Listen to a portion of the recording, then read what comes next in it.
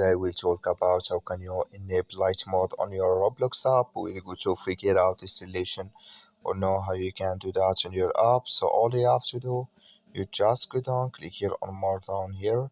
When you just click on more, it's going to take you to this list. Then all you have to do, just go down. So you keep going down, click here on settings, click on it here.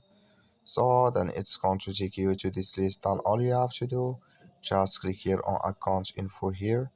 Then it's going to take you to this list. It's going to show for you list here, so like this. Then all you have to do now, you just go down, keep going down here. Then you come here to theme, click in this sign here. When you just click on it, it's going to show for you list like this. Click here on light, then automatically it's going to change with you to light mode on your Roblox app. That's all you have to do. Thank you for watching. Don't forget to support us by liking and subscribe.